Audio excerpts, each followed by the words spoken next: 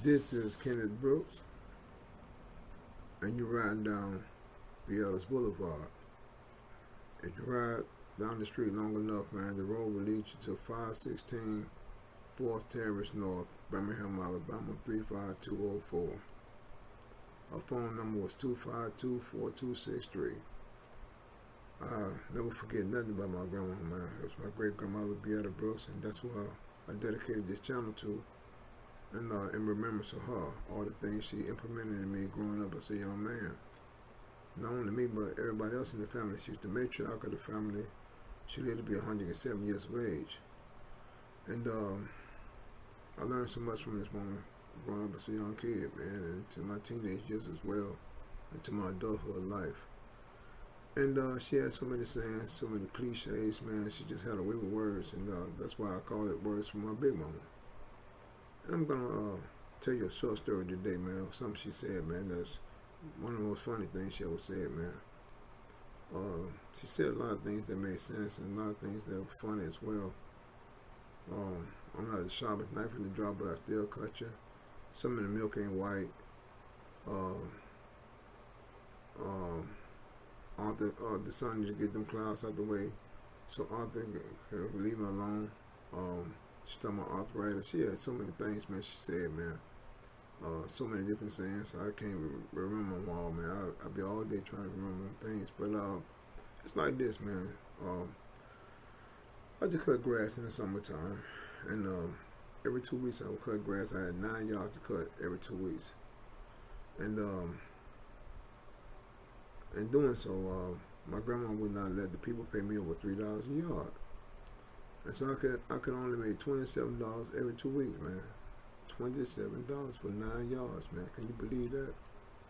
And that was just her way of doing me, man. It was not that she was punishing me or nothing, but I was complaining about it, and she fussed at me one day. She said, "Boy, everybody in this community is poor, and everybody's in need. And one day you're gonna need somebody to help you out when you get old, bro." So that stuck with me, man. So I stopped complaining about helping the old people, man. It was frustrating because I had friends, man, that was cutting yards, and they was getting like $15 to $20 a yard, man. And so they was getting more in 1 yard than I was getting for 9. And so it was frustrating, but I understood what she was trying to implement in me at the time. And even though it was frustrating as a teenager, trying to make some money, man. But one Saturday, man, but every Saturday I get up. I can honestly say this: every other Saturday I get up at 5 o'clock in the morning. I start cutting grass by 6 o'clock, but I get up at 5, and my grandma had breakfast already made, man. Everything already on the table, everything, orange juice, everything, man. Grits, eggs, bacon, and she had everything laid out, man. Pancakes, and I eat, and then she'll send me on my way, man. And I work all day long, man. I come back home by 6 to 7 o'clock that night. But one Saturday, man, I got up and I got to about my 4th yard, and there was this lady that lived across the road from my big mom, down the block, across the other side of the street. And I'm not gonna say the lady name, but anyway, she was an old lady, man. She was a fussy old lady, man. She was a kind of mean old woman, man. And in the meantime, man, she had me doing everything, man.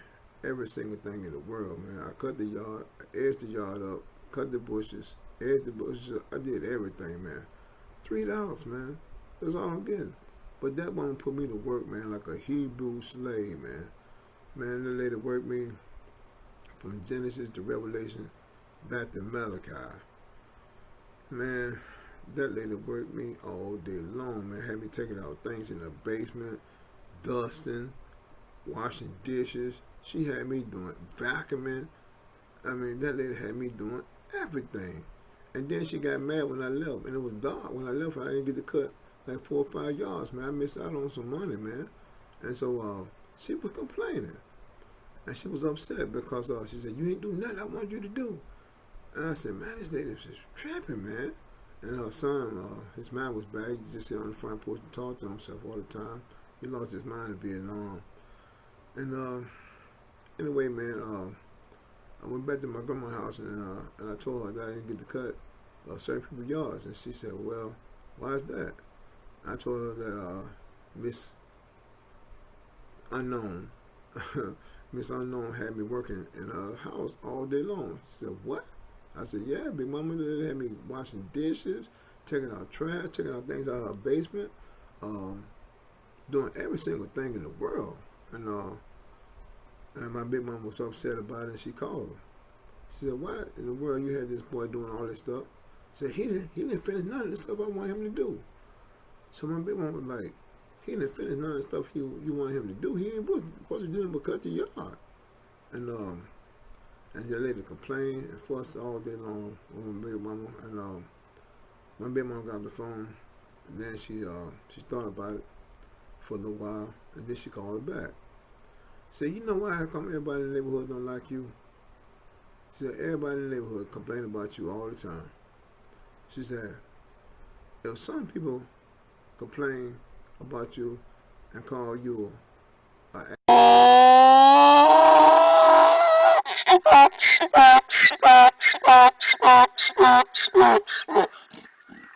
they're just natural. Because you can't make everybody happy. You can't make everybody happy. You can't appeal to everyone, and you can't satisfy everyone. So some people call you they're just normal. But if everybody call you